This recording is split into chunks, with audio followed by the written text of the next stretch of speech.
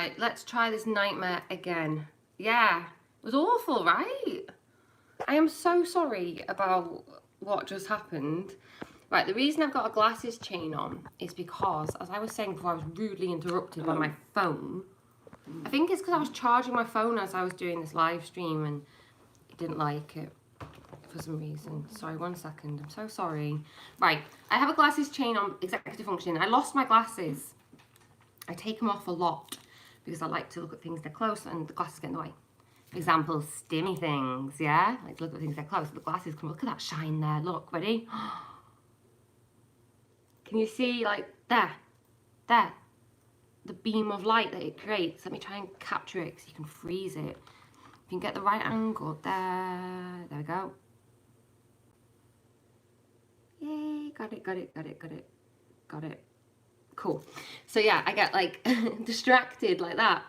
I'm autistic, but it wasn't recognised until I was 27. So today's topic is diagnosis. So I will try and answer a few of your questions and comments. So try and stick to the topic of diagnosis for me. That'd be great. That's a noise that you really need. After that noise, you really need the stim. Oh God, it was awful. It was executive functioning, and then and all the autistics like, oh my God, this is sensory hell. I should have ended it a lot quicker, right? A lot swifter on the end button. But yeah, I lost my damn glasses, so we had to pay an order. Hi again, Dealey. Thank you so much for coming back. We had to order them. It's taken 2 weeks, and now that they're finally here, I'm getting used to them again, and they make me dead tired and things like that. But the glasses chain, I've got a couple, because I'm forever, every day, where are they? And this is what happens. I have difficulty organising my day-to-day life, and I need a lot of help with it. So a lot of calendars and list making and note making and notes everywhere and reminders on my phone and notes on my hand, because if I wasn't wearing my head, I would forget it. I'm one of those people. I can have my glasses in my hand and lose them, and it's often mistaken for, like, I thought I was really, like, people used to call me stupid, you know, stupid, idiotic, and extremely forgetful, and they'd equate that forgetfulness with my intelligence, and I kind of absorbed that. And what I didn't realise is that, like a lot of autistic people, with our special focus, our special interest, or what we love to learn, our minds and our brains switch on. They switch on. You're alert, you want to learn, you can remember it all. You're going next week to diagnose you scared because you never understood. You diagnosed on Halloween. Yeah, you've seen an autism specialist counselling. Yeah, I'll share my autism diagnosis story in a sec, yeah? I'll do it now. So, diagnosis would have been helpful for me growing up, because my mum knew I was different from toddler. And they thought at first it was because of the birth of my sister. And I was born in the 80s, so I'm 32, and I was born in 86, so I was a girl. I could talk a lot, so there was really no chance of me being diagnosed or recognised autistic. And if you're wondering why, well, it's because the criteria of autism only was brought into public domain in 1943. Okay, so that's only 40 odd years since I was born, and it was only being diagnosed to the very strict criteria of boys, and in the most, in the most complex of presentations, so the most profound, the most obvious of autistics were recognised. The ones with the most needs in terms of the epileptics, the ones who are having fits, the ones who have profound complex learning difficulties, yeah? They were seen, they were treated terribly. Just because they were recognised doesn't mean they were helped, by the way. Have autism and EDF, yeah? Me too. I have autism and Ehlers-Danlos syndrome. Not diagnosed though until I was later, so I'll tell you about that. So in the 80s, being a 2-year-old autistic in play school, I can remember it. I can see it in my head right now. I'm a visual thinker, so I can bring up images from any age, which can be quite traumatic as well as nice to be able to go back. But I can remember growling at other kids. And my mum talked to health workers and, like, I don't know what it was in the 80s, but people who helped you with your toddlers. And she tried to get me assessed because there's something different about my child in terms of how she socialises. When other children try to talk to her, she growls at them, she sees them as a threat. She's around the adults a lot more. She plays on her own, very repetitive. She doesn't eat anything, it's all separate. And she won't mix anything. It's bread and butter and crisps and the same food again and again and again. Oh, and I was chewing my skin. Oh no, not at that age, I wasn't. But and I was collecting things, yeah? I was collecting my mum's nails because they were shiny. Like, she'd clip her nails at the end. And I'm one of those autistics that does the unacceptable social stims, which is collecting skin and collecting nails. That's what I used to do, yeah? So I was seen by someone, by a health worker, and they said, your child is intelligent and extremely bored. And that was it. And then all I grew up with was my mum telling me, you're super intelligent, you're super intelligent, you're super intelligent. But at school, I was getting below what I was supposed to. And I felt really unable to keep up with the class because the way they were teaching it, some of the lessons I just didn't understand. Like, they could say the same sentence to me 3 times and it wouldn't go in. So I used to think that was because I was not clever, because that's what I was told or made to feel like. Now, diagnosis would have been useful because I would have recognised that actually I was just overloaded. And what I mean by that is I needed to learn in a visual way instead of audio. There's no point reading the same paragraph again and again and again and again and again and again and again, and it's not going in. It's like, it's either you're overloaded, so you need to stop everything, do a little bit of a stim, and then come back and see if the information goes in, or it's that this information is not being delivered in these words in a way that you can learn. However, if they got that paragraph and put it into a visual, if they got that paragraph and put it into a presentation or a video, if they got that paragraph and had someone maybe explain it, that's accessible learning. And that's where autistic people can struggle, especially without a diagnosis. So in GCSEs, I got all C's. And the ones that I got 3 A's. Can you guess what I got the A's in? My eyes pop! Sorry. Shave. Oh no. But now it's really cold. Oh no. I'm so sorry. Ice pop fail. You can't eat too much ice pop at once, just to let you know. The ice pop is really sensory pleasing to me because I like the crunch. And instead of eating bags of crisps, which are really, really bad for me and make my stomach hurt, I get the crunch from the ice pop instead. Yeah, sensory seek, sensory diets and stuff like that. Okay. I got A's in drama, art, and English literature. I got a C in English language. Isn't that interesting? I suppose they are completely different though. Yeah, you fell through the cracks. Yes, and I got by because my friends helped me a lot in terms of with the learning. With after school, sometimes they'd help me. And I'd often go and research it in a different way. I'd have to kind of do my own work sometimes outside of the lessons to and this is the thing, autistic people are often trying to catch up with work in ways that other people may not have to, especially if their needs aren't being addressed or assessed. So I also have ADHD. I was very like bouncing off the walls in high school everywhere, and teachers just put it down to my personality, and they're the ones who actually directed me into drama. The teachers, they're like, okay, yeah, we really recommend you do drama because it means that for a few hours a week, you get to go into the classroom and bounce around and go, oh, yeah, woo, and, yeah, and then you get to go back out. And but in junior school, let's go back, I'm sorry. Infant school, I remember vividly. I started infant school late because we moved from St Helens to Chester in 1989, and I remember the journey. It was in a white Ford Fiesta, and I was illegally sat in between the feet of, was it my Uncle Frank, my granddad? I named my granddad Frank after my son. And the reason he's an uncle, well, he's a granddad to me, but my father's parents both died and he was adopted. So he's a granddad to me, but he's an uncle to my dad. So Uncle Frank, Granddad Frank. So I echoed what my dad said, Uncle Frank. So I never called him Granddad.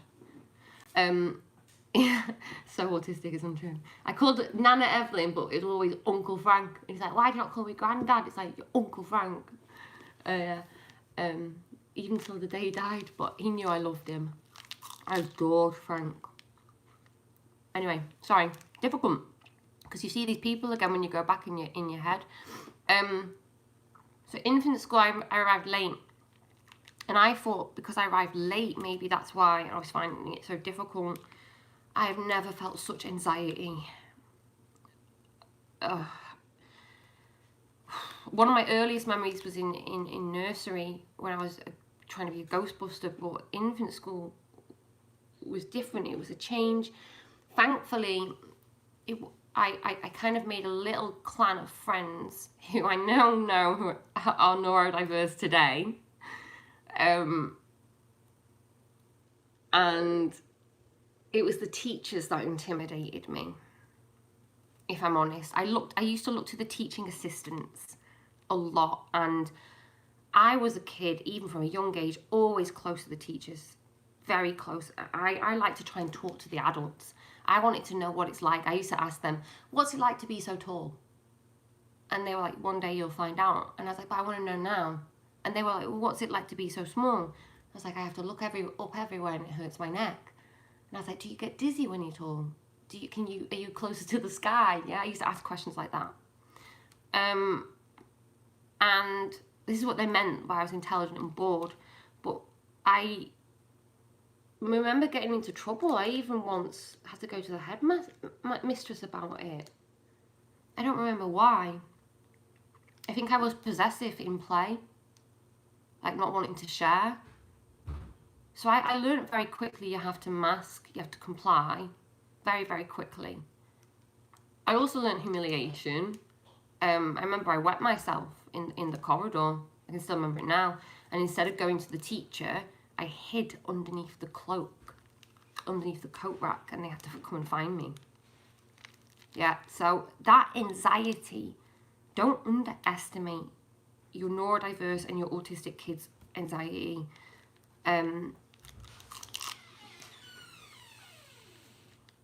Even the ones that look like they're coping quite okay. Oh, that's it. I got in trouble because I squished. Oh no, this is a bit triggering. Look, I'm shaking. It's a bit triggering. I got in trouble because I was squishing. I squished someone's ear and they told off me, and they said I was pinching and hurting them. And I got into trouble because they said my intent was to hurt. And I was trying to explain that I was gentle. And you know, I used to go, ooh, squishy. It's my way of saying hello. So yeah. And then junior school, I really became very withdrawn. But I was being sexually abused by an uncle who was married into the family. So that could have added to that, you see. But I'm not going to go there if that's okay. But in junior school, I didn't really have many friends. I used to flip from group to group. I had one girl who I had an on-off friendship with, quite intense. And whenever she was naughty, she kind of used to blame me, and I used to get in trouble. Sorry. And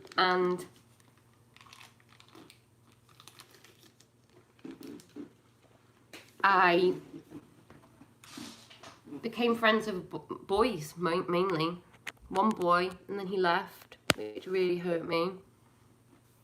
And I was the girl that you'd see in the playground on their own, drawing pictures and trying to sell them to the other kids. And eventually, when I kind of realised I'm not being invited to any parties, and the people who come to my parties are not even really my friends, they say nasty things to me when my mum and dad are in the other room on my birthday, when I was 7, it's, you know, you feel depressed and low and different. And I knew I was different. I knew I was very different. And I began to adopt the role of a clown, a performer, a pleaser, a helper, an advisor, if you've not guessed. Which was, I can help you, I can solve it, what's your problem, why are you sad? That's how I fitted in. That's what I mean by autistic people may learn to mask and echo and give, and then they struggle with boundaries because the only way that they've learned to actually make friendships is by giving themselves. What I mean by that is, if someone says jump, you say how high, and you do it from a young age because you want to help them. And then I had to realise, when I got into high school, I had to really realise, no, I don't want to smoke this. No, I don't want to hang around with these people. No, I don't want to hang around people who would, you know, bully. And I, you know, made that decision very young. But it was difficult. I felt lonely. But I knew I was different because when I was 4, 5,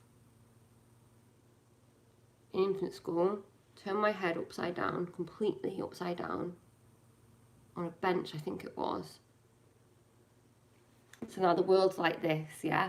And everyone's feet's here, and I can see children running up and down like this, yeah? And I'm watching them, and they're jumping, and they're going back, and they're jumping, and each time they do it, I kind of gasp, because what if they just kept falling? That's how I used to think when I was 5. What I'm thinking about is gravity and how the earth works.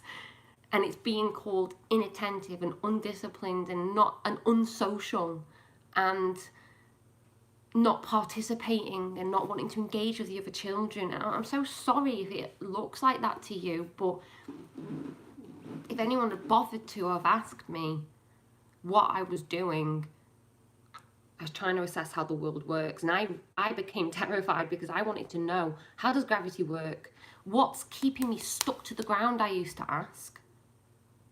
Oh, you're too young for questions like that. So I used to go home and ask my dad. Gravity, he'd tell me. My dad told me, gravity. Was it Isaac Newton who discovered it? He told me about the apple. And, you know, I was 5, 6. But also I was a girl, so I had the science kind of stamped out of me. Growing up in the 90s, it was lots of like Disney princesses and princesses this and dresses that, and for a while, I'm very feminine now, but for a while I actively went against it. So you may see autistics, especially undiagnosed, and you know, when they go symptoms of autism, some characteristics, I think, is gender fluidity. Is quite prominent with autistics because we're often questioning it from quite a young age. So behaviour I started to pick up on because I couldn't really stim or flap. I'd be called weird and too intense, attention seeking, yeah. I began to chew, and I have chewed since I was 8 years old. I'm 32 now, so how old is that? Who's good at math? I don't know. And it's scarred. It has scarred my hands extensively from doing this, chewing like this, in class, in school, in the playground, anxious as hell because I'm not allowed anything in class. You're not allowed anything. You've got to sit there like this. Or write. Oh, by the way, the writing hurt my hand. I could never write as much because of my undiagnosed Ehlers-Danlos loss. I hated going outside in the cold. I struggled with PE. Like struggle. And some days I used to just say to my mum, I'm too unwell, I can't go into school. And I wasn't sick. I didn't have a stomach bug. I was physically, emotionally and sensory exhausted. And I know if you're autistic too, you will relate to when you didn't know why either, did you? You just cannot get out of bed. And as an adult, you know now, I've had fatigue all my life from overload. So diagnosis came late, and I was asking questions of why I was different from a young age. I was lucky because when I went to high school, I had no friends going into high school. None. And at the end of year 6, at the end of junior school, everyone's like signing shirts and doing the books. I had literally a handful of people do my shirt, if that. A few people do my book, a few pages were filled, mostly by teachers. Mostly by teachers. Yeah, I remember counting, I think it was like something ridiculous, like 10 teachers and 3 kids. A few kids wrote a few nasty things in there, like, bye-bye, you loser. It's not too bad, because it's like year 6 banter, well, bullying kind of thing. But it hurt at the time. And I think what hurt is when I sat down, I remember it so vividly. Teacher was here, I was here, windows behind me, and we're doing this little form, and it is little, and you have to write down 2 people who you want to go into class with. And I had no one. I had one person who I didn't want to go into class with because I was intimidated by them greatly, and I found them to be quite controlling.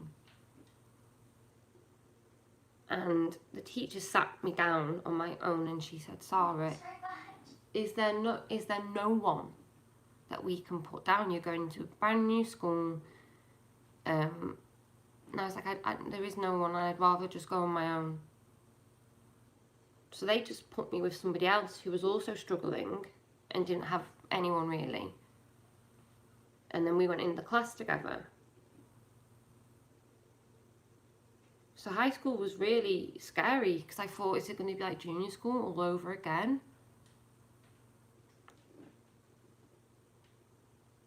But luckily for me, it wasn't. I got into high school and I made a pact with myself to only be with people who I can be myself around. And I made that decision when I was 11. I was into the Spice Girls and all the girl power and all what they were saying, yeah? Anxiety is a key sign of autism, absolutely, because autistic people are anxious trying to navigate the environment, sensory overload, any underlying health conditions that we may have, not all of us do, bullying and stigma for our difference. And that's our difference in learning, our difference in socializing, our difference in the way that we emote, our difference in the way that we think. Yes, we will be looking at a bowl of cereal and scooping up and imagining that like loads of people on there, like it's a life raft, yeah? And we can do it for hours and we won't dare shout at anyone because it just looks like, yeah? That's stimming, like imaginative play, you can stim and play. But it's kind of stamped out of you and that makes you anxious. But in high school, I was very lucky because I recognised people who were like me. And funnily enough, my best friend in high school, she's autistic, late diagnosed too, and Ehlers-Danlos loss. So, and she didn't know. We both did not know. In the class, 2 EDSs, 2 autistic girls, like that.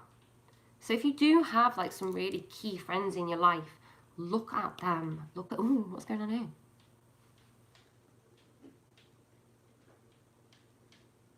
Anxiety rules your life, it's exhausting. You jump at everything, you're medicated, which helps with it to an extent, but you're just tired all the time now. Yes, my love. I'm anxious every day.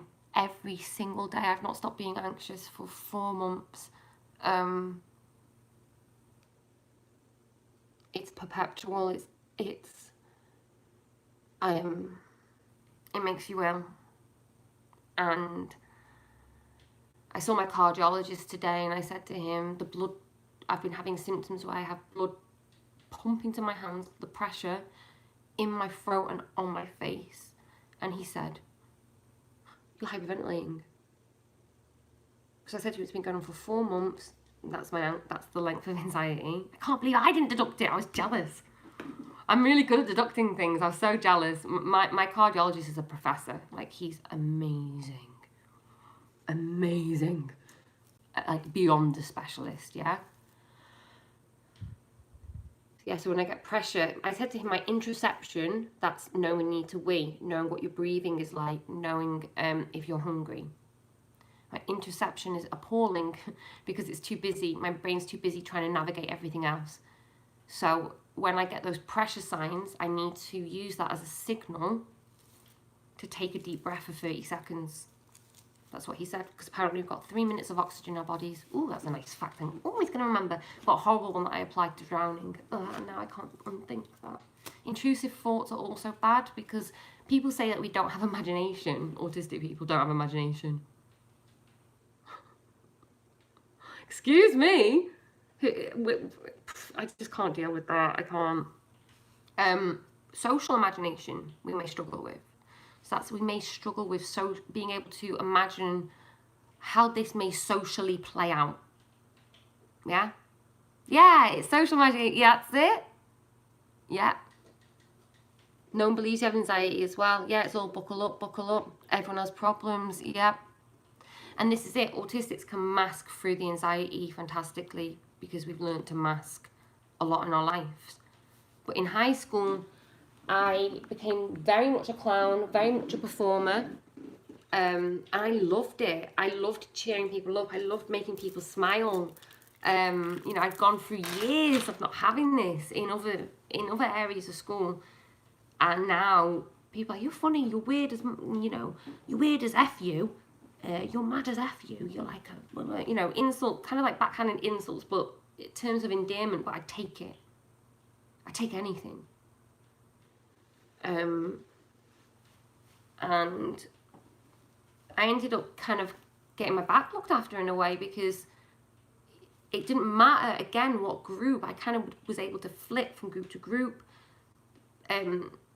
People who would normally kind of beat you up if you look at them the wrong way kind of started advocating for me. So once, when I was 14, I was smacked across the back of the head by a boy. And it's because the bottom of my hair was red. And he was like, you effing goth, at the back.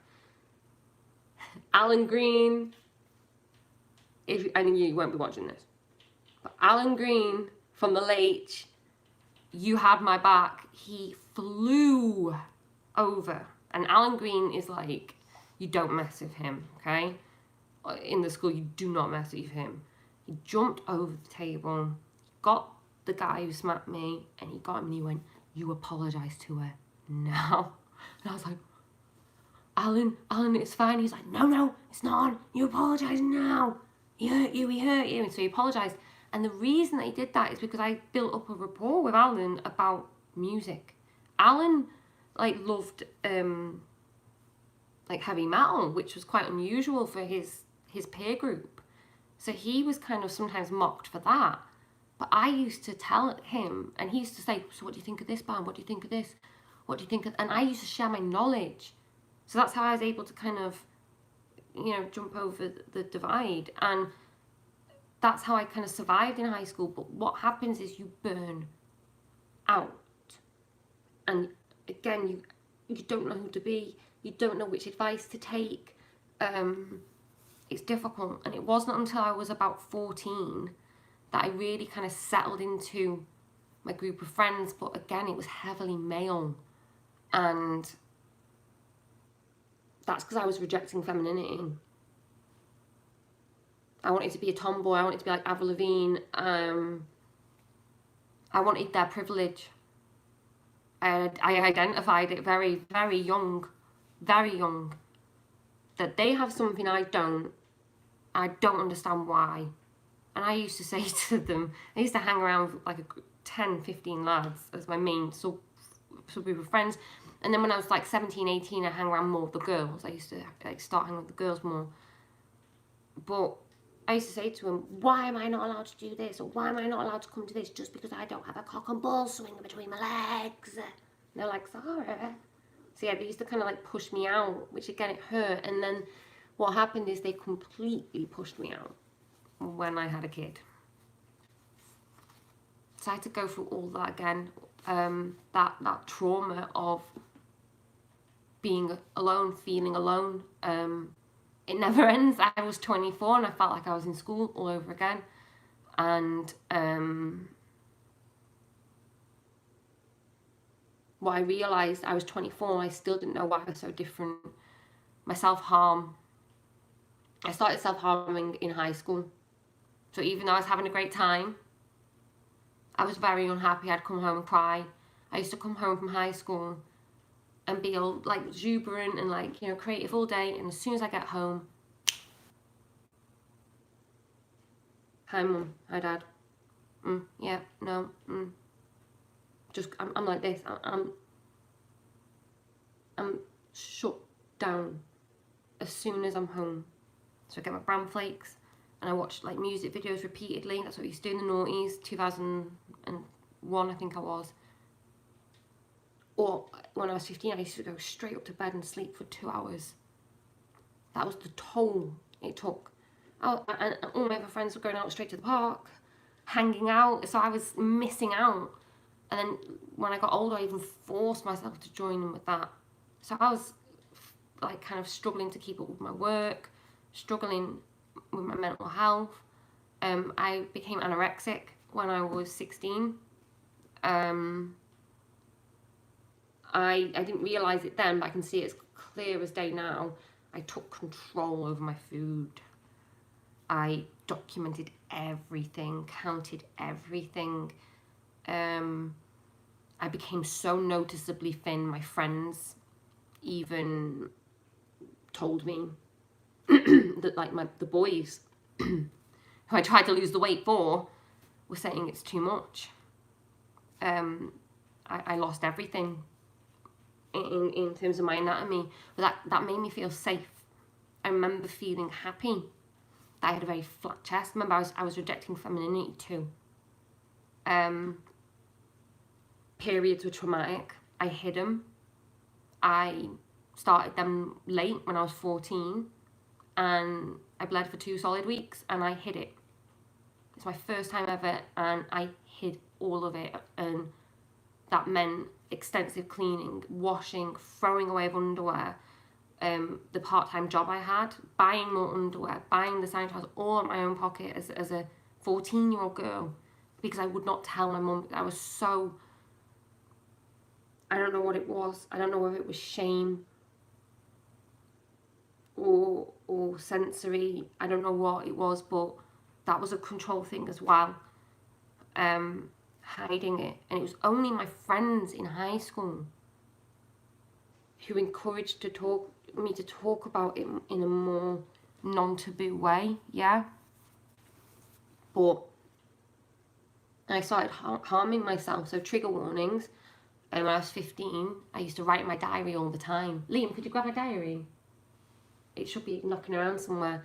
And you should see how I wrote. I wrote kind of similar how I do now. I honestly can say I don't think I've socially matured since I was a teen. Like, and I can put my hands up and say that. Like, emotionally, I've only really matured, I would say, the last 2 years in terms of I'm really learning how to regulate. That's only because I've been diagnosed 4 years, yeah? But socially, oh goodness me, I feel like I'm a kid sometimes because the curiosity hasn't stopped. Like, it almost has sometimes when I'm really depressed, but it's there. So we can be quite youthful, I think, in terms of how we interact. And people be quite mean, call us immature and things like that. So yeah, high school A-levels I loved because you got to choose what you want to do. It's your special interest, isn't it? So I did very well at A-levels. I got A's in everything. Oh no, I didn't. I got A's in the first year, and the second year I got B's. So I was like, oh, for God's sake, Sarah. Always that last hurdle, I let myself down. And I did psychology. And that's because I was desperate to learn about me, learn about why I couldn't sleep at night. Why was it that I was so thin? Why was I anorexic? Because I knew I was anorexic. And when we learned about it in class, I used to go bright red because I knew everyone was looking at me and talking about me. Or I felt they were.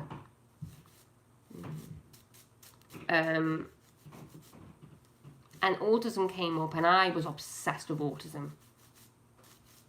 I got out a ton of books from the library, all about autism. I came up with a story. I even tried to write about it. I drew the characters of a girl who had to basically run away with her autistic brother, who was non-verbal and with learning difficulties, and she had to run away because her parents were trying to take him to America for intensive therapy, and she disagreed with it, and I was 15. Honestly, so deep down, we know who we are. We do. You see those people and you go, that's me. It's called identification. Identification is as natural as breathing. Chicks do it automatically. So I've got to be careful of a hatching chick, because a chick, when it's born, will identify with the first thing it sees. It'll go, you're me. Yeah? It's natural. It's not natural for us with humans unless it is us. You don't identify with something you're not. You don't identify with a sexuality that you're not aligned with. You don't identify with a belief system that you're not aligned with. Why would you identify with a neurology you're not aligned with? I understand you may get it confused. You may think, well, I've got anxiety, I'm autistic. Yeah, you've got to do more research than that. Autistic's not that. Autistic isn't just anxiety.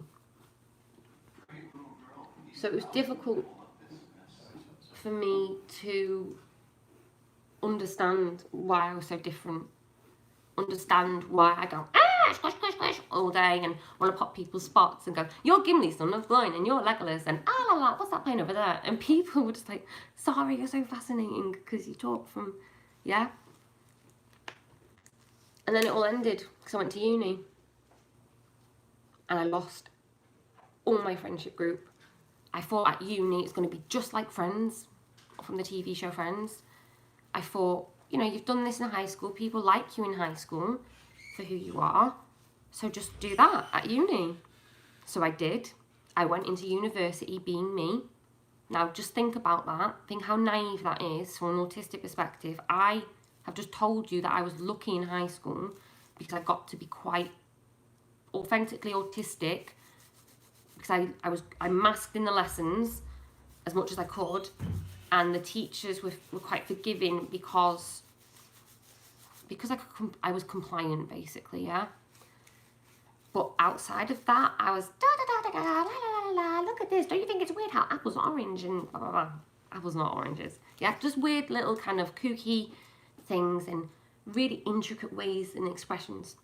So I went to uni doing that, thinking I'm going to make friends just like this, not really thinking those friends have heard and seen you since infant school, and they only let you into their friendship groups in high school.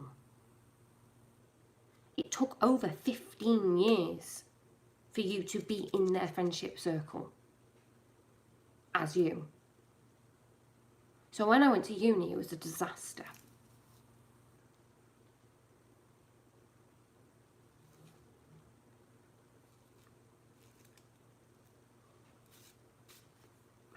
This is why I hate talking about my diagnosis. I don't talk about it too much. Like, people ask me to do it quite a bit. University was horrible. It was hell on earth. It was awful. I shouldn't say hell on earth. I really shouldn't, because that's a bit extreme, but I felt like it was a prison. I went to Lancaster University, and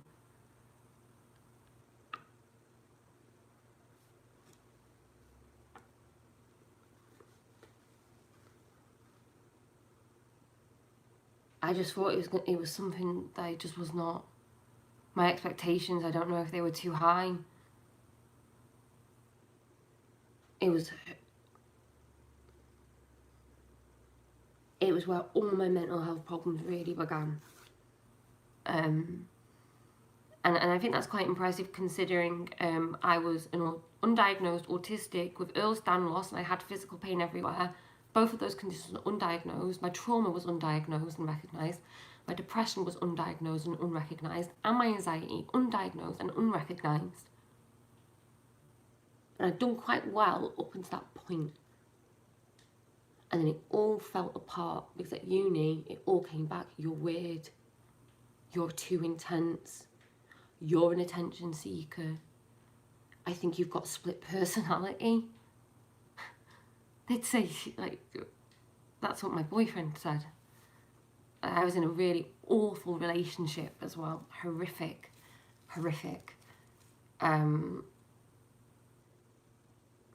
But I just, it wasn't abusive or anything necessarily, but it was just horrific for both of us. But we had no one apart from each other, and we were surrounded by people. And it was at a campus university, so there's no escape. You're on the campus, and the rooms, the corridors, it felt like a prison. And I had to move. I lasted 4 weeks in the block that I moved into because I was bullied. I was bullied out of it. I can say that now with no shame, but years ago I wouldn't even admit that because I was 18, and I was bullied out of my university room. And I couldn't believe it because I'd just gone from this group of friends who are, sorry, you're so intelligent, you're so this, yes, you're as mad as the bat of frogs or whatever, but we love you because of X, Y, Z. And by the way, when I checked in with them, they were all brilliant. They were, uni's great, isn't it? Uni's great. And I was like, yeah, it's fab. And I was crying every single night and I wanted to go home. One sec. So, oh, why is it zooming in? I'm so sorry. Sorry about that. Basically what happened is I moved in. They had Freshers Week, which was partying, drinking. And, I'm so sorry. And in the first week, I was on the floor of girls and the floor of boys. And we went upstairs. It was Halloween. And we started late at Lancaster. And I had a boyfriend at the time. And one of the guys touched my boob in front of everyone. And in front of all the girls as well. So I didn't make a fuss. Or I said, please don't do that again just because I've got a boyfriend. And he kicked off. He was like, you think I'm gonna, all right, if I want to do this, I did. So he did it again. He reached out and he grabbed me again to say, if I want to do it, I can.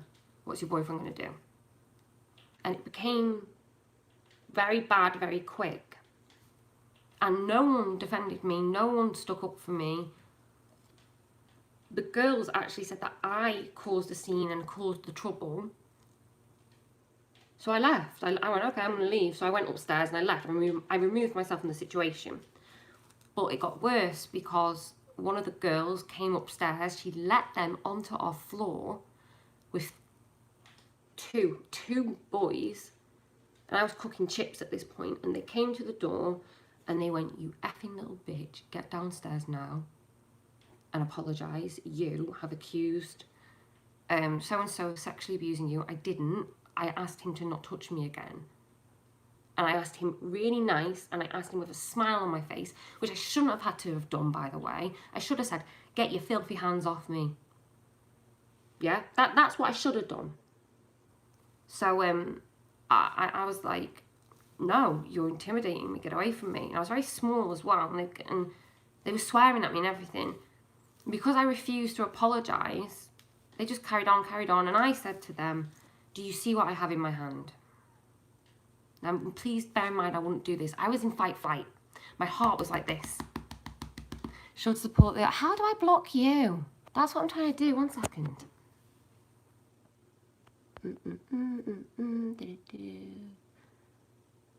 There we go. Hide user. He's gone, don't worry. They should be hidden now. Cool. Yeah, just got a troll, that's all. He's commented again, but we can't see now. So Yeah, just 1 second. I'm just trying to remember. I know it's okay. My fight flight was up like it is now. And I said to them, do you see what I have in my hand? So I asked them to leave repeatedly. Leave this floor. This isn't your accommodation. I said to them, you are intimidating me. You're scaring me now. And they were laughing about that. So I said, do you see what I have in my hand? And they said, they looked, and I was like, it's a boiling pan of chip, hot oil. And I said, if you don't leave in 10 seconds, I'm going to throw this at you. 10, 9, 8. And I don't give eye contact a lot, but I directly did. And they were like, you are effing crazy. You're this, you're that, you're that. But they left. So then the bullying became just horrific. The girls went against me. I was called a nerd, a wanker, a geek, because I was trying to do my university work. This has been the 3rd week now. My 3rd week of being away from home. They were banging. When I was trying to work, they orchestrated someone to bang on this side of the wall, someone to bang on this side of the wall, and someone to bang on my door at the same time. So there were 3 of them surrounding my room, hammering, effing at me, swearing, get out of here, we don't want you here, you effing, rah, rah, rah, rah, rah. How is he a troll? Right. If I'm saying the wrong words, it's because I'm trying to talk about something which is really distressing me. So if I say troll, I mean someone who is trying to get people to look at a situation or a subject which isn't relevant to my platform or my discussion. And it is distracting me.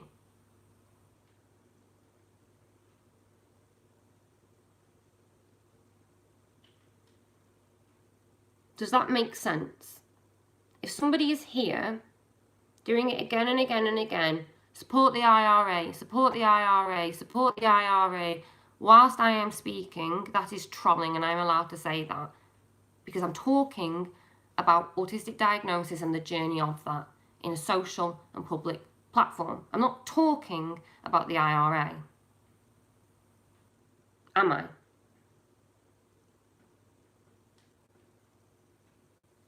So I had to move, which was not an easy process. I went to my friend. My best friend was at the same uni as me. Thank goodness me. What would I have done if she was not there? And we had to go to the porter, the dean, the university, and I had to move. And they wanted to know why. So I had to tell them why, but I refused to give the names of the people. And the university gave me an ultimatum. And they said, if you don't give us the names, we're not moving you.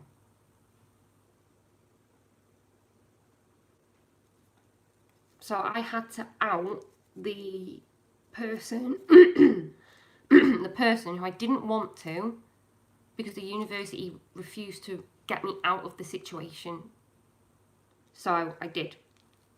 And they then came after me again. So university was horrible. It was awful. I wanted to leave in the first year. I wanted to transfer, but I couldn't. I buried myself in my work. I made no friends. When I moved accommodation, it was in my 4th week, so that's halfway through the term, and I did not talk to anyone on the corridor. And the people they put me with were 3 years older than me, 3 years older. So I'm about to turn 19, and they're 20, 21, 20, 21, 22, 23. Sorry, my math is really bad. And they kind of, they used to slip notes underneath my door. I went full on avoidant. So don't talk to me. Go to my work, come to my room, go to my work, come to my room. That was university. And the people on the floor, they found out it was my birthday. I have no idea how. And they slipped a card through my door saying happy birthday. And it kind of slowly got me to open up. So when I came back after Christmas, that's when I began to speak to them, because they knocked on my door and they're like, hi, we know you're very timid and anxious, because they heard me crying every night. And they saved me, those girls. They made me stay. They were 3 years older than me. You've come up again. Oh my God. How sad. Oh, you've got multiple accounts. A for effort. You gotta give me A for effort. You gotta give him A for effort. Come on. A for effort. Oh, you can put them in timeout. I feel a bit bad for putting them in timeout though. That's a bit like, you know, putting them in the naughty corner. Oh. See, it never ends. This is what I'm saying. It never ends.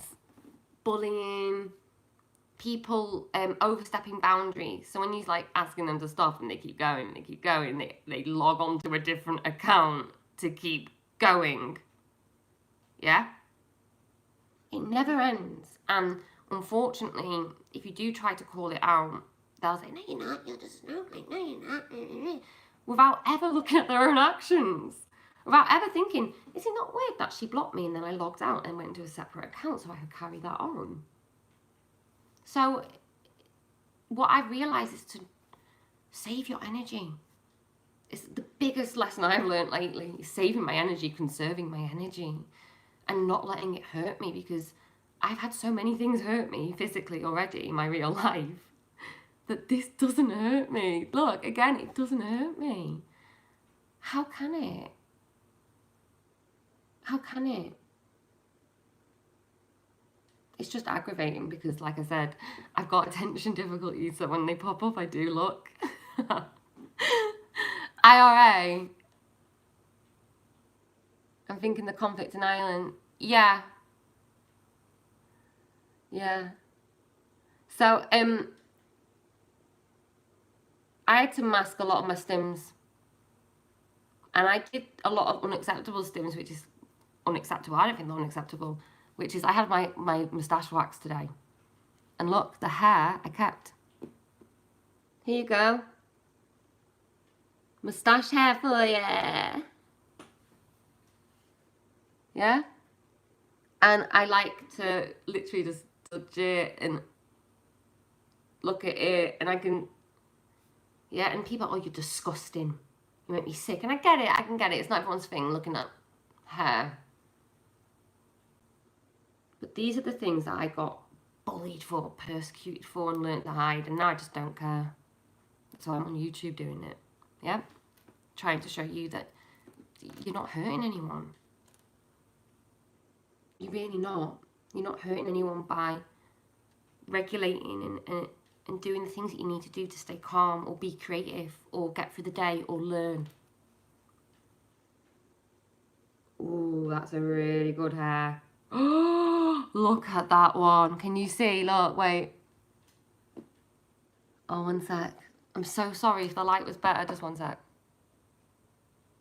I'm so sorry. You don't want to see. You don't want to. No one wants to see hair. Do you not? What about the wax breaking? That sounds good, doesn't it? One sec. See, look. Either multiple accounts or multiple people who agree. Here's some crackling wax for you. So,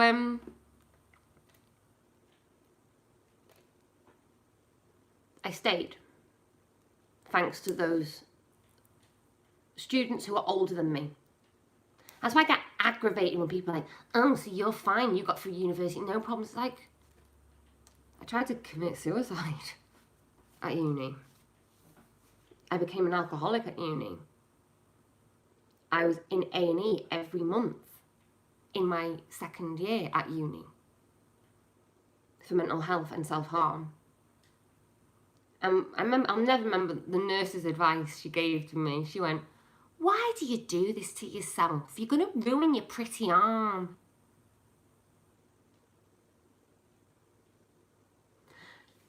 Right, listen, don't pay attention. I'm not looking. Wait, right. Don't feed the troll. Give me your eyes. Look in my eyes. Look in my eyes. Don't pay any attention. Honestly, don't say anything. Just comment towards the subject that I'm talking about. It's my fault for pointing them out. I do apologise. I've got to get better at ignoring them. I'm ignoring them now, so just ignore them. Yeah, please stop. Don't ask them to stop, because this is the thing. Bullies love this kind of thing, and people who are trying to divert attention away, they genuinely enjoy this kind of thing, because you're talking about them and go away, you're engaging with them. Don't say anything. Don't say anything. Like, there's nothing, honestly. If you ignore, it's so much more powerful, especially online, because I really would recommend it. Give it a go. So yeah, at university, I was very lucky though for Tony, if she's out there. She was a girl who could see I was struggling, and she approached me basically and she said, we've noticed that you're new, we've noticed that you're kind of on your own, would you like to hang out with us? So I started going out a few times a month with people my own age, but that was towards the end of my first year. So my first year was all over the place, and then the girls who looked after me, they left because they finished. So my second year went downhill, and that's when I started falling behind my work. I was given extra time to try and catch up with the work. University was not easy.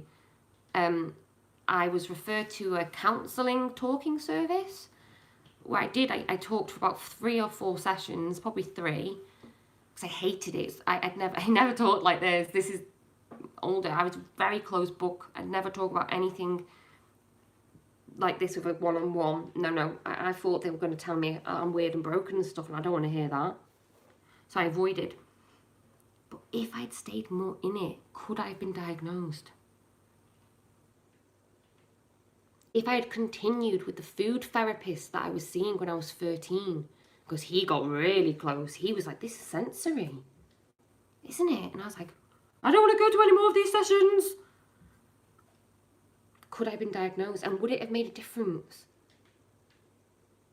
I think so, but not too much. Because I think being diagnosed in the 90s, in the noughties, it would have given the bullies and the trolls all the armour that they would have needed to really go for me. So as useful as a diagnosis would have been for me to understand who I am, I believe I would have been fed the, oh, you're broken, you're diseased, you're conditioned, oh, you need therapy, you need a brain fix. That would have made me ill. So no, thank you. I'm actually quite glad that I didn't know. Yes, I did have to suffer. Yes, I did have to struggle. Yes, I did think I was broken anyway. Blah blah blah blah blah blah blah blah blah blah blah blah blah blah blah. And it was awful. But then eventually, I was diagnosed. You are helping me be strong. You are. Thank you. You are. And this is the thing. It is strengthening to kind of just realise that you're just like a little gnat. Rather than, you're not the bully, you're not a threat. You are just a digital text. That's all you are. And it's helpful for me to be able to tell 90 other people that the next time that they're harassed. So thank you for demonstrating it. It's actually been quite a useful demonstration, I think. And I couldn't have done it, I guess, without your participation and without my inability to find the block button. And for your beautiful ineptitude, not ineptitude, for your beautiful ability to hop from, is it your 3rd account now?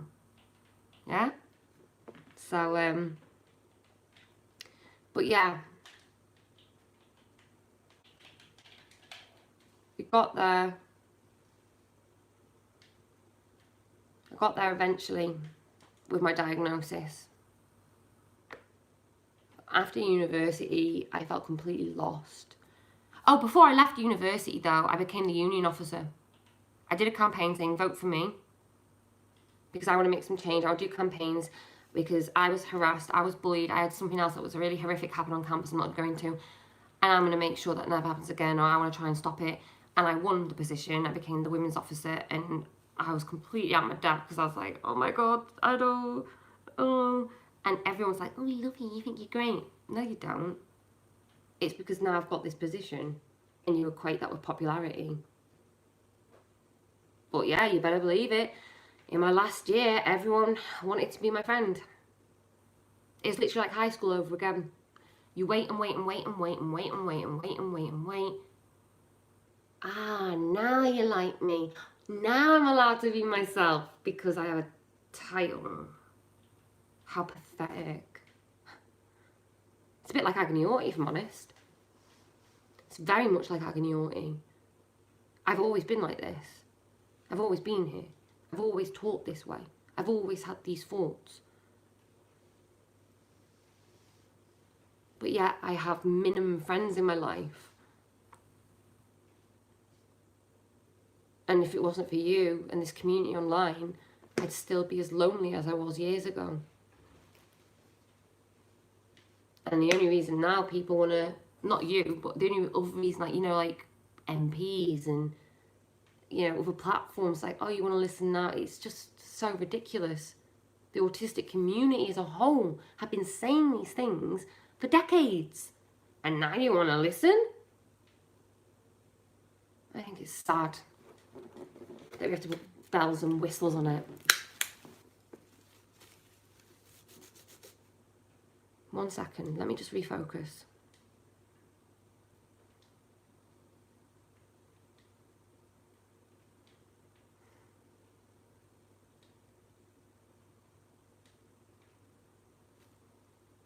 Yeah, okay.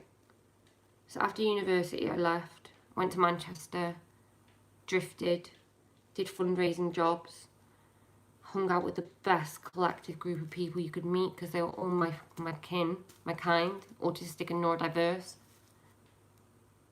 And I'm still in contact with them today. We try to see each other as much as we can, but they're in different cities. The people in my home city, I hardly get to see. And the friendships drifted apart. When my son was born,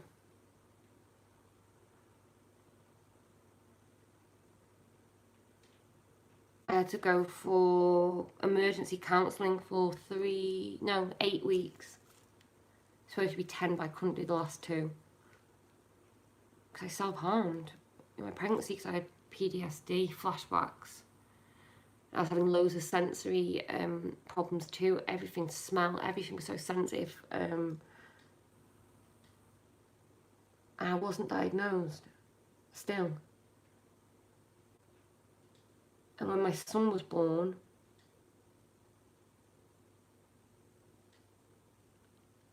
I knew Frank was autistic when he was 14 months old. Ow!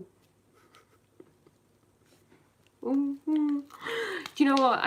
You don't use these as chews, okay? I'm dyspraxia. Fucking myself in the face. Don't use these as chews because they just snap back in your face. Bye. I don't know who's saying bye to, but bye. And I was diagnosed after my son. I recognised he was autistic when he was 14 months old. My son wouldn't make any eye contact, would play the same things over and over again with the wheels like this, exploring all the, how the world works, but not interested in the social one bit. Couldn't bear to be touched. Would even kind of hurt himself. 14 months old, yeah?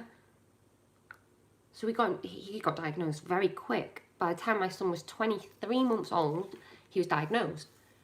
And all the professionals who kind of saw my son and observed my son were looking at the mother a little bit too. So I was like, what? So how do I help him? What's stimming?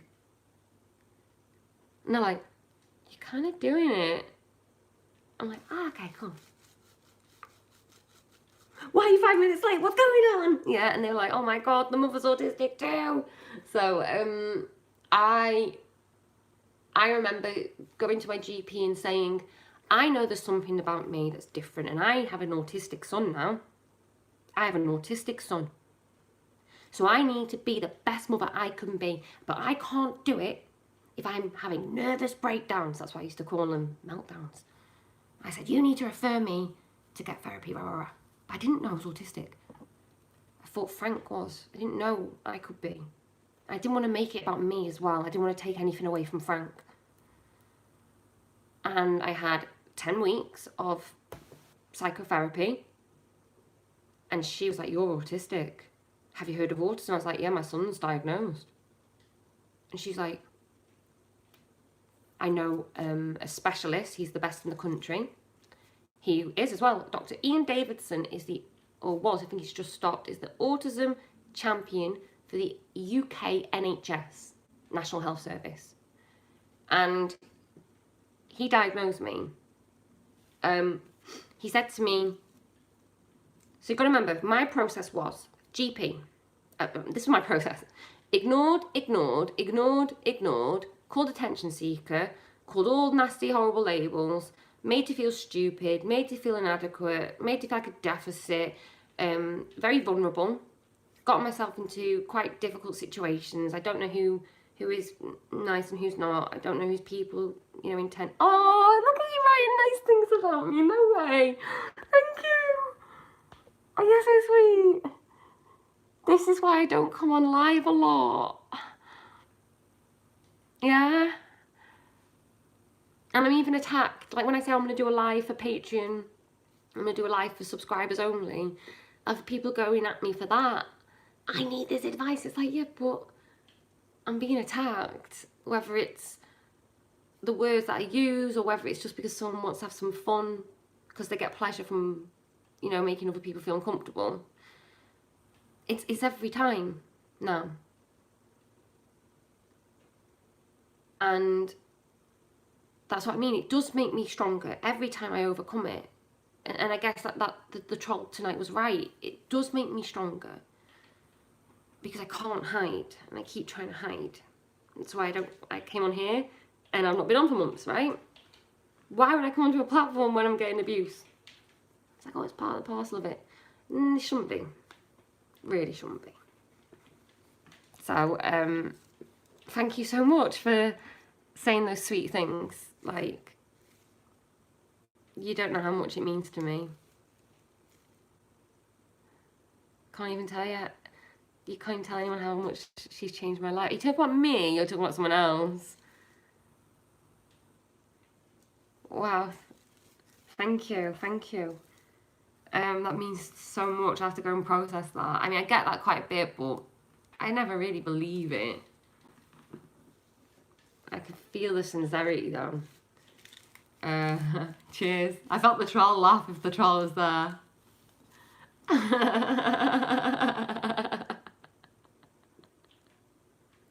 Sorry. Okay. Yeah. Thank you. Sorry, I've gone, oh, you're so sweet. Sweet, thank you. So even these are a bit of a stim. Because look, the pearlescent and the shiny. So I went to the GP. Then psychology, 10 weeks, who collected a full history of me.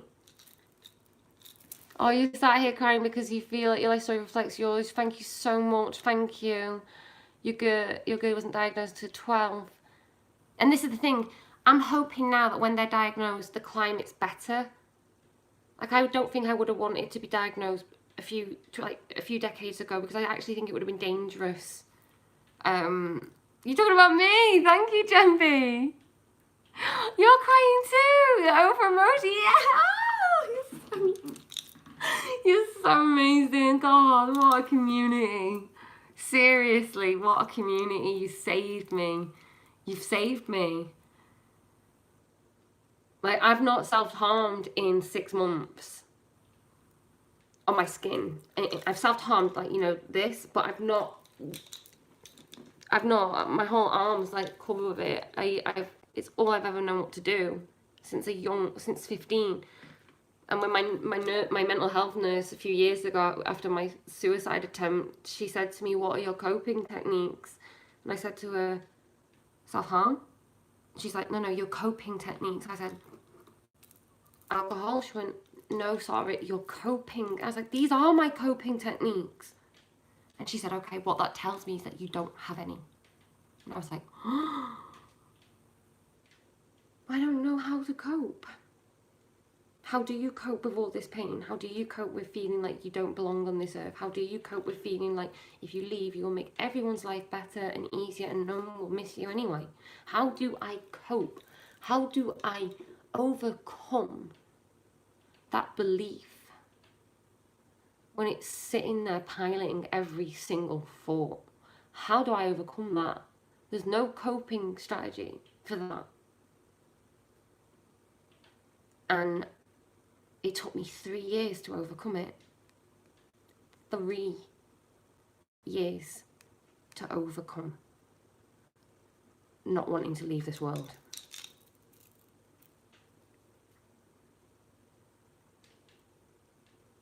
It used to be my every waking thought. And now it's not. And like for the first time in ages, since I was a teen, yeah, I can really see the future and imagine it.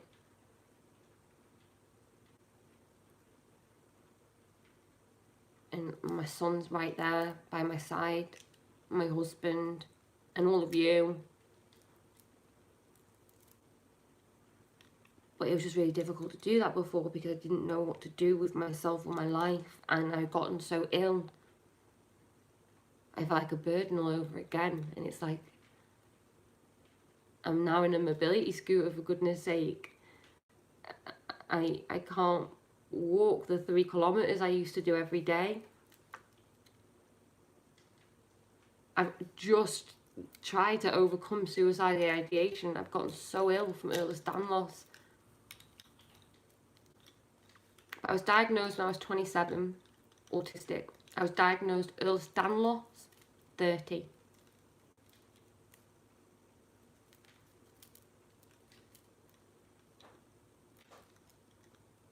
I was diagnosed depression, PTSD and anxiety when I was 21.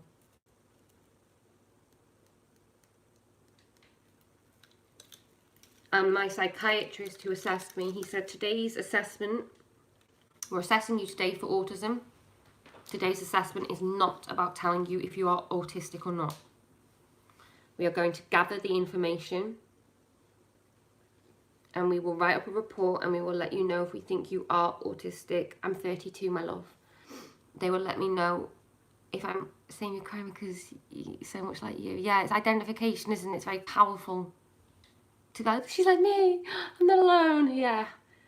Yeah, it's so powerful. I'm so glad I can give you that. I am, because there's nothing worse than not seeing yourself in this world and thinking that there's just nothing worse. And I identified with the Doctor from Doctor Who, so I love the Doctor. So I have the TARDIS tattooed on my arm. I've never met a person so like me, who thinks like me, who's like as quick as me, and like, yeah, and it was an alien. So what do you make of that? Alien autistic.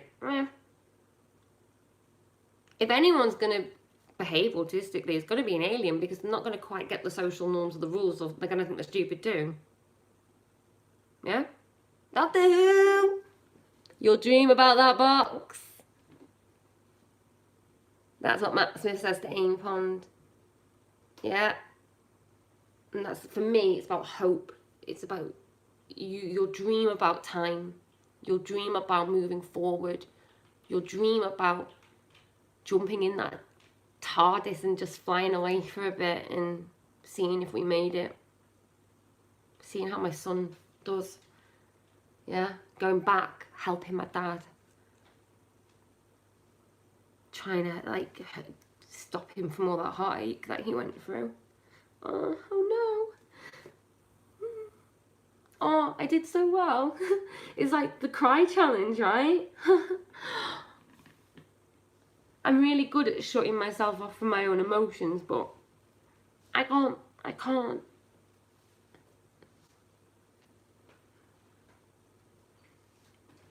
I can't bear to go through what my dad went through. He lost both his parents when he was 7.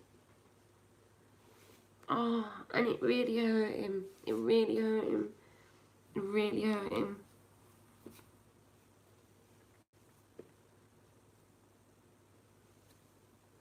I'd go back.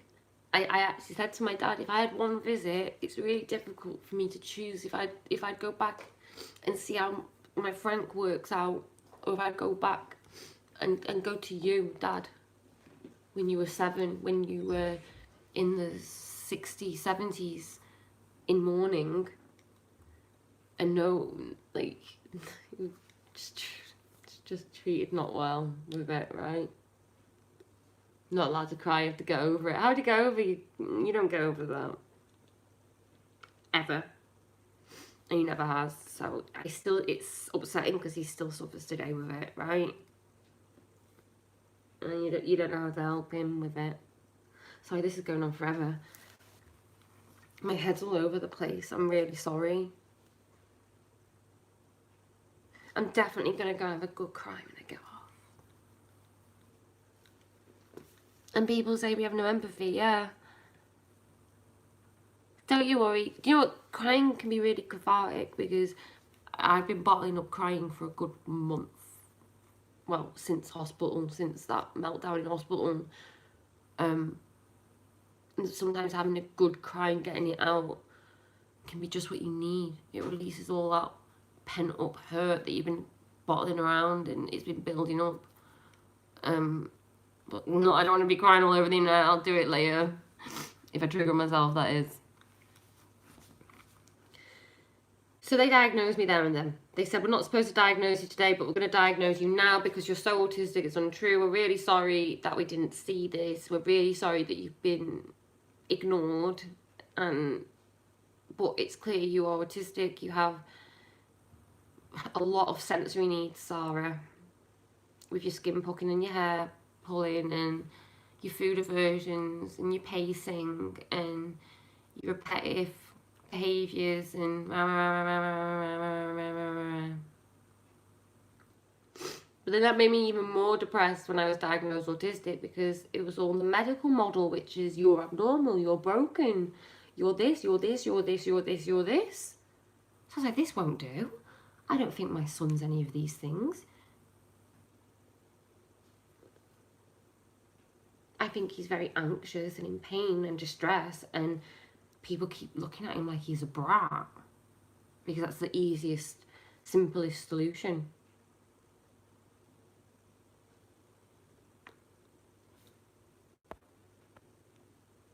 Yeah.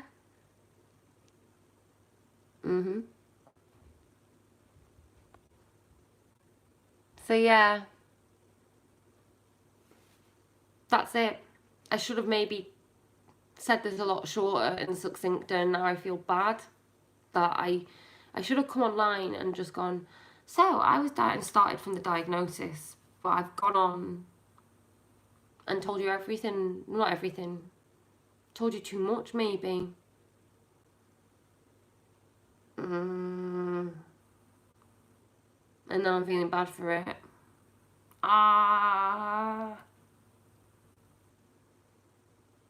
It was supposed to be informative for you, and now I just feel like it's just too much. I was supposed to come and be like, so this is the diagnosis, getting the diagnosis, this, and instead it was blah blah blah.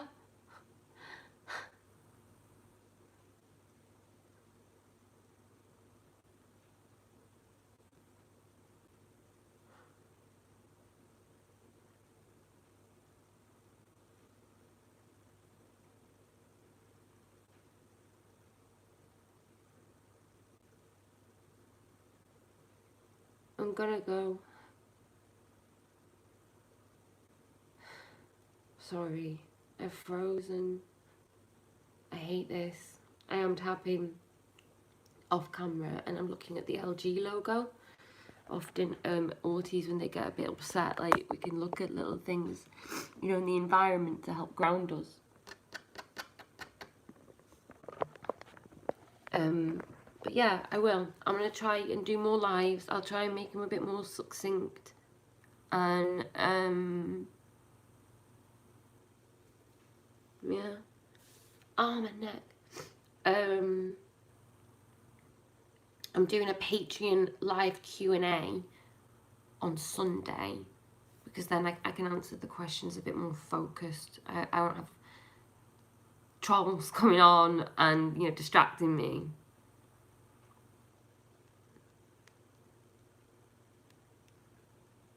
So yeah, so I'm sorry that's not for everyone, but I need to start kind of looking at what's best for me. Like, I don't really go live on Facebook a lot anymore because of it. It's so big. My Facebook platform's 100,000, so that's 6 figures. So I avoid I avoid going live there a lot.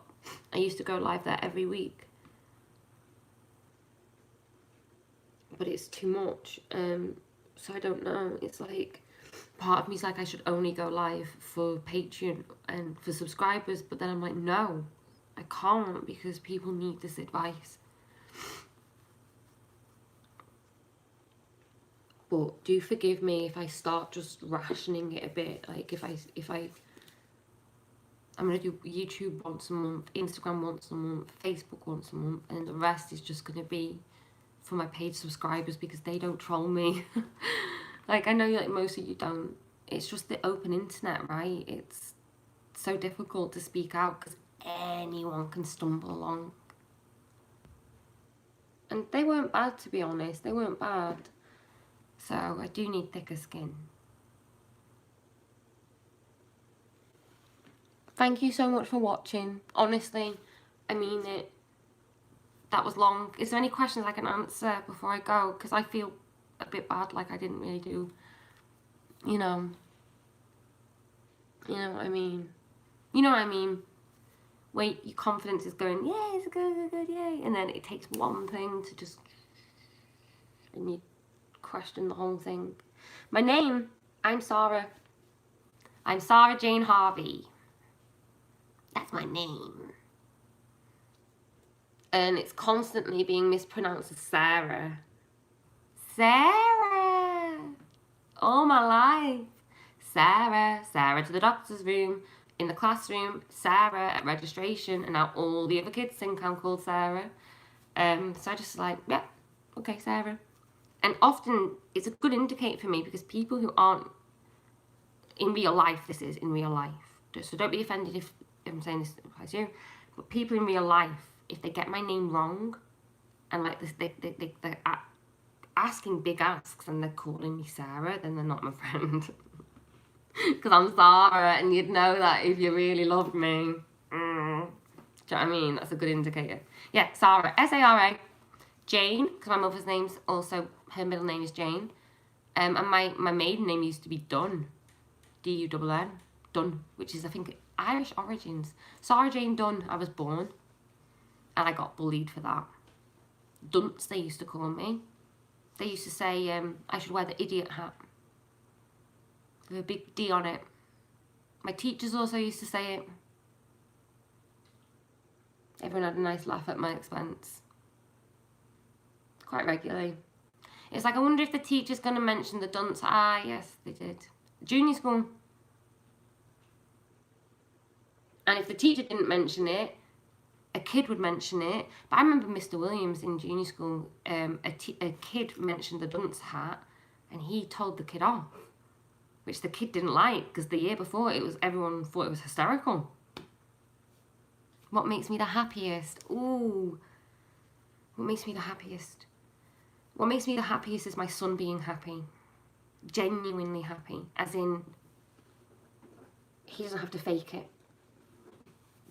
Authentically happy and at ease, and he's not ever seemed to be. So that makes me unhappy. Seeing him happy makes me very happy. But he can't be faking it for me. He needs to be, you know, so I'm patient. I can wait. I don't want fake happiness from him. I want the real thing, which means waiting and being patient and working towards that. What else makes me happy? It sounds corny, but helping people makes me happy. Sex makes me happy. With Liam. My husband, of course. It does, yeah. Having nice, big orgasms with no PTSD makes me happy. Was that too honest? I'm autistic. People are like, oh, I love how honest you are, Sarah. It's like, I don't know what you mean by that. This is just my only mode. There you go. Yeah. Makeup and glitter, believe it or not, make me happy. So glittery, look at that. Oh my God. Sorry. I'm starting to stim now. Woohoo! If I don't do this, I'm gonna go like that. I'm trying not to. I did it anyway. So this, look at that, like that spark, that shine. I used to be a photographer. Ooh, and look, now you can see the reflection it's casting here, look. So you notice everything. I used to be a photographer. So I used to love looking at how light projects and, changes and, oh, it's not doing it now. There, can you see?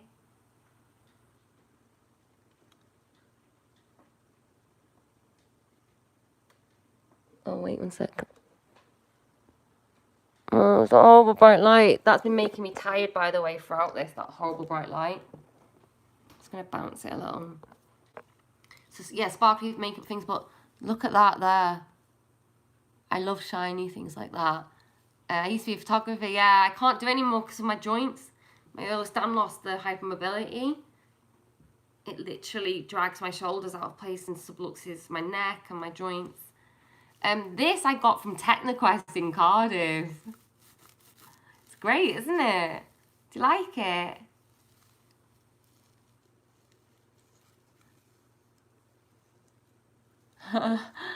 Yeah, so anyway, I'm gonna go. I've got a big day tomorrow, so I really shouldn't be up chatting, if I'm honest with you. I'm struggling at the moment. A lot of the work that I'm doing with Agony Auti, I'm having to start to write. So I'm having to write a proposal for a speech in the summer. I'm having to start to write a book for next year. I'm having to write, and this is why I speak. I'm a vlogger because I don't do this. I'm not a blogger. It's a genuine barrier for me. I struggle with the typing. I get frustrated. I'll have meltdowns over the fact that I can't word it as well as I can when I have to put it in a sentence. But if I just speak it, I can say it. I don't like it, yeah?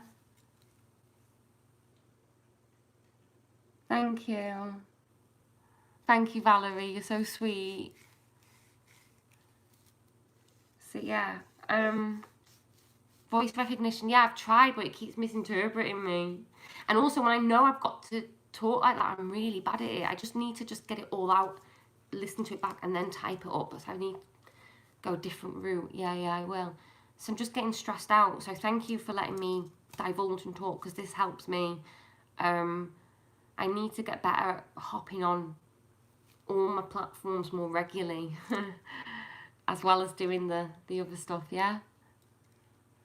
But I have a big day tomorrow. I'm going to London back in one day. Not to see the Queen, but to hopefully get a TV show one day. But, and maybe appear on CBeebies. CBeebies is a kids show in the UK. Not a kids show, it's a kids platform. So, got to talk first. I really probably shouldn't say anything in case it all falls through. But if it falls through, then you know it doesn't all go, it's not all roses, right? Yeah, and I'm just finding it just difficult. Just find it difficult. So if you have found this useful, if you would like me to keep doing live chats, and if you would like to join in with the extra ones I do, so the extra Q&As, the ones where I am more, if I'm honest, I'm not afraid to be me in those spaces. So that means I'm more like, ah, how you doing? And I need to get better at that here. I'm just so scared of people being mean to me, which they often are. Like, you know, not you, but it just makes me stick to the more education, advice, education. Let's just talk about it in a narrative instead of me just being, let's have some fun, yeah? But I will get there. I'll get there with practice in the public spaces, I think. This is still new to me. Yeah, I've been doing this 2 years, which is still new, considering I never used to talk, right? I'm so sorry. Ooh, and exciting news. Can I share this? Can I share about San Francisco? Liam, can I share about San Francisco? Yeah. So, my passport is arriving any day, which means a few things. It means I can finally get my Agony Auti page verified, because I can't get it verified because my passport's in my maiden name, not in my current name. That's literally it. Facebook, and they won't accept the marriage certificate. So, yeah, so irritating. But once it's verified, I hope I get YouTube verified as well, which means I can do some extra things on YouTube. I think like Q&A kind of things. But we've been invited to San Francisco. That's why the passport's the most important. I've been dreaming of going to San Francisco. I said to my dad when I started the blog, give me 2 years and I will be in San Francisco doing a talk, and I'll get to look opposite the Golden Gate Bridge and I won't be able to believe that I'm here. Give me 2 years. And for me, it was just a dream. It was a goal to work towards. It kept me going. Got to remember, I was still suicidal in ideation at this point, which I've always been honest on Agony Auti. If you go back and see my journey, you'll see the difference. On Facebook it is that. And I gave myself like a dream. I could really see it as well. San Francisco, I can see it, you know. And then 2 years, we literally got the invite. We want you here. We're going to fly you out. And it's only a very short amount of time. So I'm only going to be able to sightsee for 1 day. I'm going to work for 2 and travel for 2. Because my son, I can't bring my son. So it's there and back. I won't stay out a full week. Ooh. Because I can't even go into what I'm feeling about that. But I have to make these sacrifices until people start seeing me with value. Which is, yeah, we'll pay for your speech. Yeah, we'll pay for you to do a talk.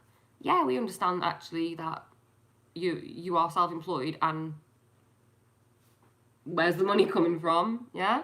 So I'm trying to get bookings for talks. But then they want you to speak for free. Not the one in San Francisco, they're really looking after us. They're going to pay us for this. But if everything goes right, and I'm just nervous because the passport's not here, but when they book the tickets, I'm like, okay, I'm going to speak at this conference. Who's there? Okay, well, Uber are there, Google are there, Microsoft are there. I'm like, okay, well, how long am I speaking for? You're speaking for 15 minutes. Okay. Is it at the UCF? It's San Francisco Smart Recruit Conference, it's called. At the end of this month. In the Pier area. And I was like, okay, so when am I speaking? Because I'm literally no one. These people are huge businesses. I'm speaking in front of 600 people. Okay. And you're speaking straight after the head of Microsoft. I was like, that's not true. And then all Dad's like is, something's gonna go wrong, something's gonna fall through, the passport's not gonna come and I'm not gonna go because so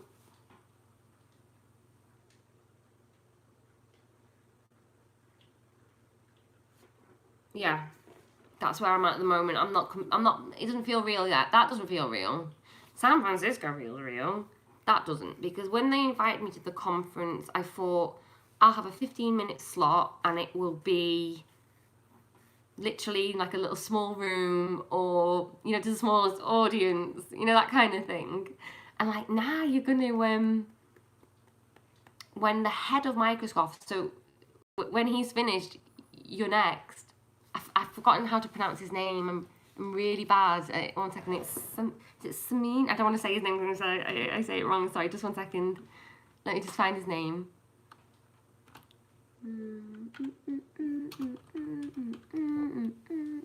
Microsoft headphones? No. Head of Microsoft. I wrote it all wrong. Microsoft of head. I wrote. Look. Microsoft of head. Yeah, I'm speaking after Satya. Which makes me want to be physically sick into my own eyes. Copious amounts of vomit stream into my own eyes.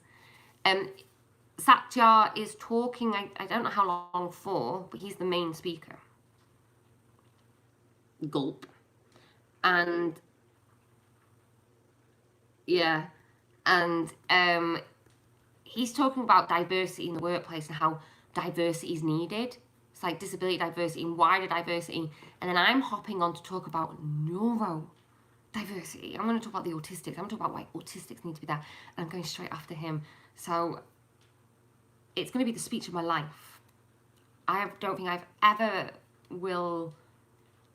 I don't think I will ever have even have imagined to face this kind of opportunity. But I'm just trying to take it one day at a time, because my reality at the moment is I've not even paid my rent. Because we've had trouble getting funds over and rah, rah, rah. It's arriving any day. And because, yeah, we're self-employed, so it's difficult. But this is going to be the speech of my life. So wish me luck. And please remember, I'm speaking for you. I'm speaking about why we should be employed, why we should be supported, why we should be understood. So that's training. That's completely changing how work needs to be delivered. I'm going to show him. I'm going to show him environments and different ways of flexible working, whether it's in times, whether it's environments. Because if you have different environments that breed and literally drag forms of learning out of your workers because you're activating the brain, yeah? I'm going to do my research and get the neuroscience and back it up. I'm going to do the research, back it up for this 15-minute speech. And I'm going to make them realise that they have been missing out on us, when actually they should have been coming to us, running to us, because if you want a more passionate workforce, employ us to do something we love. Don't put us in something we don't like, put us in something we love. Yeah, we may have to have 3 days off. Yeah, we may have to have flexible working from home some days and in the office other days. Yeah, it may seem unreasonable to you because you're having to change the whole model of work. But watch the return if you treat us well. And if you have a happy, well-supported, autistic person, you know what we are capable of. You know what we are capable of. Look at what I have become capable of in 2 years because of you. Because I've had people saying to me, oh, I like what you're saying. Oh, I agree with that. Oh, I think that's good. Because of that support, that kindness, that framework, that community. If I didn't have it, if I had, nah, you're shit, nah, you full of crap, nah, you're just away with the fairies again. No, you just want everything for nothing. I've had all my life. No one will be moving forward. Imagine what we could do with something. Because I often see you acting quite remarkably with nothing. So imagine what you could do with something.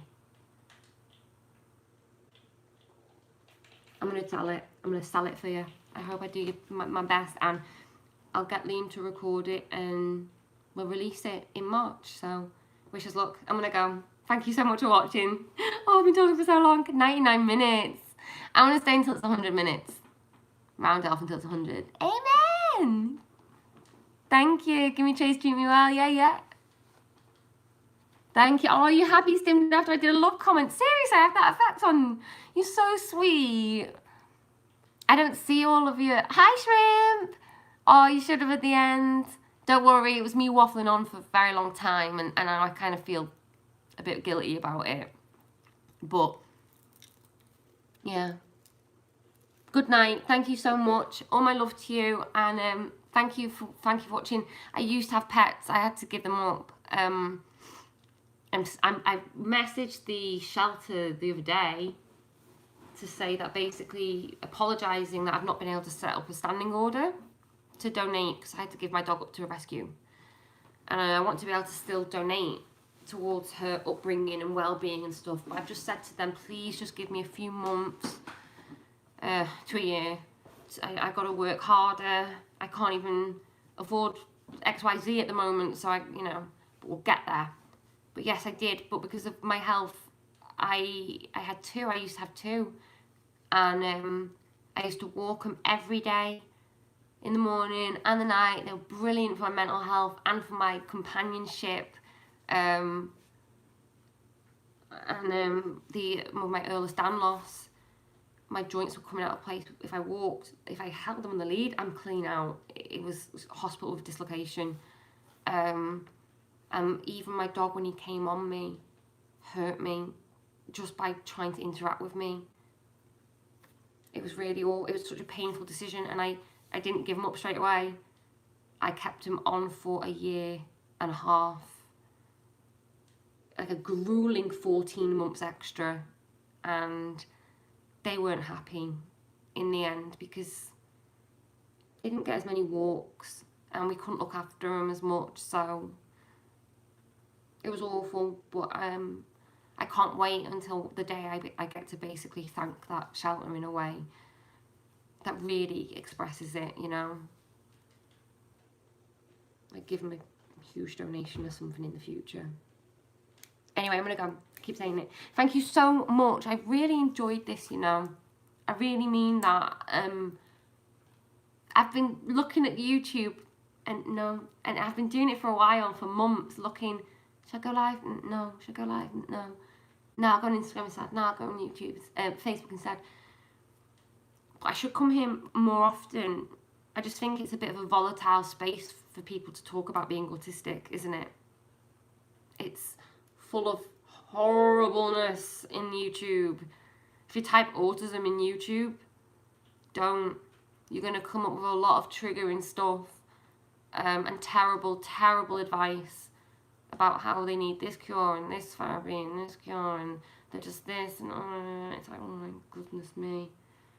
So look to the autistic advocates. I'm not the only one. There are many online. Type in autistic advocates and autistic. Type in autistic, not autism. You'll come up with different searches, I'm telling you. So much love to you. Thank you, Kira. Is that how I say your name? Kira is my son's favourite name because of Doctor Who. So I put like this blue glittery stuff on my lips. It looks awful. Thank you, Zioa. Zioa, are you going to join me for the live Patreon Q&A on Sunday? I'm doing Patreon Q&A, so you'll be able to watch it in real time and interact this time via Patreon. You need to change the description. It says once a week. It's going to be once a fortnight. I'm going to start doing that. Or once a month, okay. I've got to see. I'm going to start hopping on more for you, yeah? So will you join me? You can ask me some questions. What is autistic about me? I haven't got the energy. Good night, my loves. It's just so tiring, isn't it? It's just so tiring explaining yourself. And it never stops, and I know you do it in real life too. I know you do it in real life too, when people are like, you don't know autistic. You're constantly like, I can't explain to this total stranger why I am autistic. It's a bit like when someone says, oh, you don't look gay. What do I need to do to show you that I like the same genitalia that I carry? What do I need to do to prove that? Oh no, I've zoned out. I'm so sorry because now I'm thinking about vaginas. Anyway, let's go. See you later. Bye-bye. I'm so sorry. Don't end the word on vagina. Don't end the word. Don't end the video on vagina. Now I'm saying vagina. How many times have I said it? 1, 2, 3. I think 4 or 5 times I said vagina when I'm not supposed to say 6. Is that 5? Let me know how many times.